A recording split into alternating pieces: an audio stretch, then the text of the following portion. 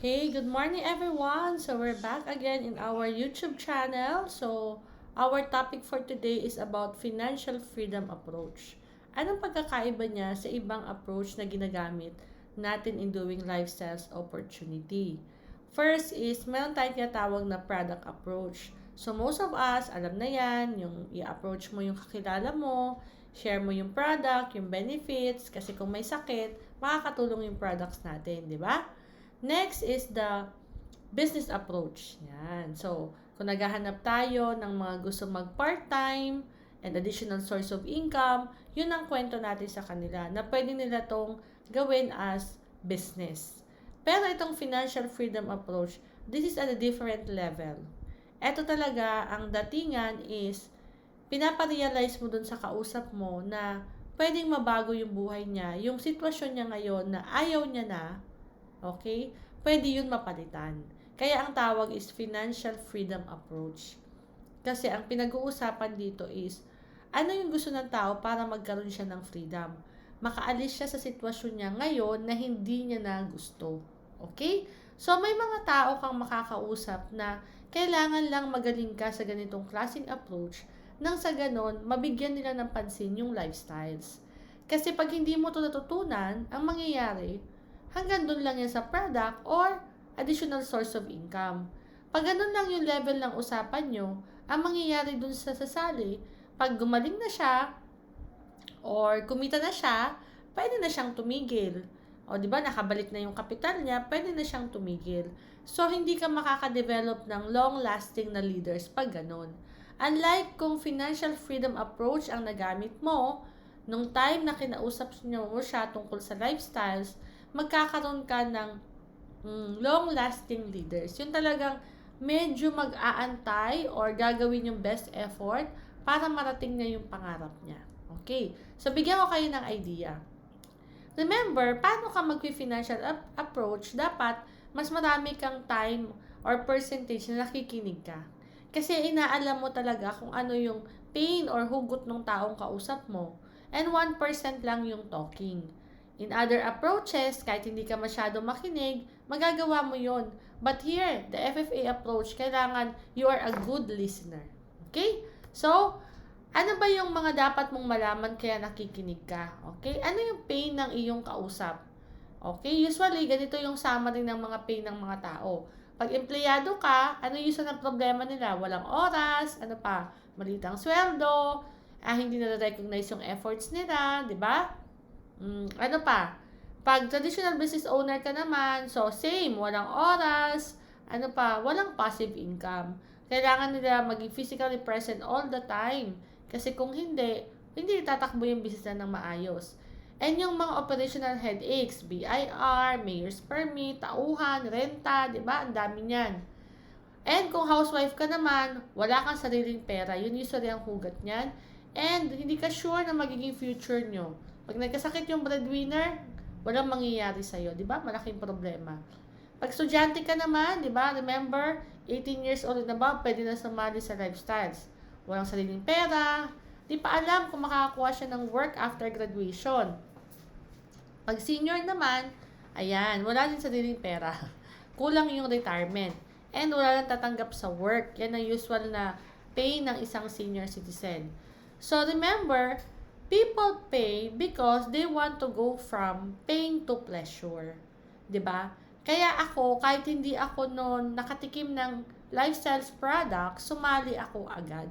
Kasi naikwento sa akin yung CPA dito na gumanda yung buhay. So, na-realize ko, may pag-asa pa akong gumanda yung buhay ko. So, example, ang problema ng taong kausap mo is lubog sa utang, 'di ba? Usual, common 'yan. And ang gusto niya, nabibili na yung mga gusto niya or wants niya. Ayaw niya na ng ganung sitwasyon na laging gipit.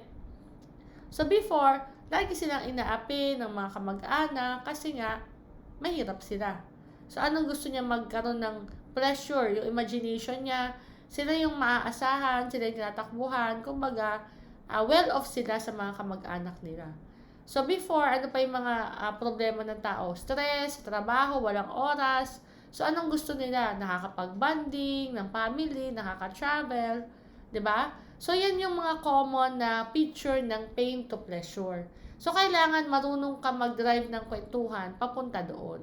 Okay, so, ano-ano yung mga importante sa buhay ng tao na kailangan mong malaman para ma-drive mo yung usapan nyo from pain to pleasure. One, sino ba talaga yung prospect mo? Ano yung problema niya? Ano yung mga mahalaga sa buhay niya? And ano yung mga pangarap niya na pinaglalaban niya? So, ano ba yung problema niya ngayon na gusto niyang takbuhan? For example, kung empleyado ka, lagi na lang kulang yung sweldo. Yan yung mga pay ng isang empleyado. So, ano yung gusto niya? Gusto niya makaalis dun sa London Citizen, 'di ba? Gusto niyang makaalis doon. Kasi parang hindi niya ma-imagine yung buhay na gano'n hanggang pagtanda niya. And ano yung roadblocks? Bakit hindi siya makaalis sa pagiging empleyado or di man na siya makapag-start ng kahit anong part-time income kasi wala siyang alam na ipa-part-time, di ba? And hindi niya pa na-try. And takot siya mag-start. So, yun yung always niya. Tipirin lang yung kanyang sweldo. So, ano ang new way na pwede mong masuggest? Dahan-dahanin niya mag-transform, lakasan yung loob niya, and talagang ilaban niya na makuha niya yung gusto niya. So, yun yung new way na pwede mong masuggest. And syempre may mga objections yan. For example, takot ako, mahiyain ako, kulang ang kakilala ko. So, yung mga objection na yan, kailangan mong i-address yan kasi normal naman yan. Hindi naman nawawalan ng objection yung tao. For example, ako, ang sabi ko noon, hindi po ako marunong kumausap. So, ang sagot sa akin, isasamahan ka namin, tuturuan ka namin. Kami muna ang kakausap dun sa kakilala mo. So, nagkaroon ako ng courage to start. So, pag may objection, may solution ka din dapat, di ba? So, example, yung prospect mo ay masipag na breadwinner na empleyado. So, anong problema niya? Pagod na siya sa kakatrabaho pero kulang pa rin ang sweldo. So, ano ang gusto niya? Ma-enjoy niya yung time with their family na hindi nag-worry sa pera. O, di ba? Kaya lang, ano yung mga roadblocks niya? Takot siya mag-business kasi wala pa siyang experience, takot siyang malugi. So, ganun ako niya nung bago ako dito. So, ano yung old ways? Doblehin yung trabaho, mag-overtime, 'di ba? Grabing overtime, halos doon na tumira sa opisina. Yun ang kanyang all na diskarte para madagdagan yung sweldo. Pero ano yung new way na i-offer mo? Mag-lifestyles business siya. Kahit mag-part-time siya sa start, pero may future na one day, makaalis siya sa employment at ma-enjoy niya yung time with the family. Kailangan mapagdugtong-dugtong mo yan. Kailangan ma-propose mo yan at ma-imagine niya na magkakatotoo yan. 'Di ba? So, anong objection usually ng mga empleyado? Walang experience. Okay? So, anong sagot mo doon? May magtuturo ng step by step. Okay? So, in every objection na masabi niya, kailangan may masagot ka. Kasi yung assurance na magagawa niya to will be coming from the solution na ino-offer mo. So, bakit ganito ang flow ng conversation pag FFA? Kasi usually, pag hindi ka naka-program yung isip mo na kailangan malaman mo kung anong problema niya, anong gusto niya sa buhay, and everything, may stack up ka dun sa kwentuhan ng product, ng kitaan lang, hindi mo mararating yung part ng conversation na ma-paint a picture mo na matutupad yung mga pangarap niya doing lifestyles opportunity. Ikaw na kumakausap na lifestyler, ikaw ang magdadala ng kwentuhan. Ikaw ang mag-guide. So, lahat ng tanong mo, dapat papunta doon. Kaya makinig kang mabuti. Dapat mas marami kang tanong kaysa sa mga sinasabi mo, ini-educate mo siya. Pag na-fill up na sa isip mo yung buhay na gusto niya, na-identify mo na, so ikaw na ngayon ang magbi-bridge. Ipapa-visualize mo sa kanya na etong lifestyles opportunity ay sagot sa mga problema niya. Okay? So, kakaiba siya, di ba? It's more on really listening and proposing a solution to a specific problem. Hindi ka bunggo-bunggo lang, kung ano-ano lang ang tinatsambahan mo na makakatulong sa kanya. Kung hindi, dahil nakinig ka, inalam mo, na-identify mo kung ano talaga yung problema ng tao. So, remember, for you to win your prospect, kailangan 99% nakikinig ka, 1% lang ang talking. So, this is a skill that you have to master.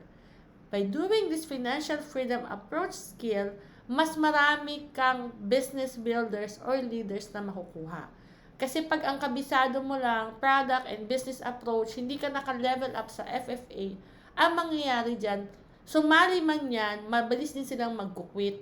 Or hindi nila makikita yung long term na pwede nilang trabahuhin nang sa ganon, dire-diretso sila mag-lifestyles. Okay? So, that's all. Sana matutunan mo to at gawin mo talaga. See you at the top as a Global Marketing Director.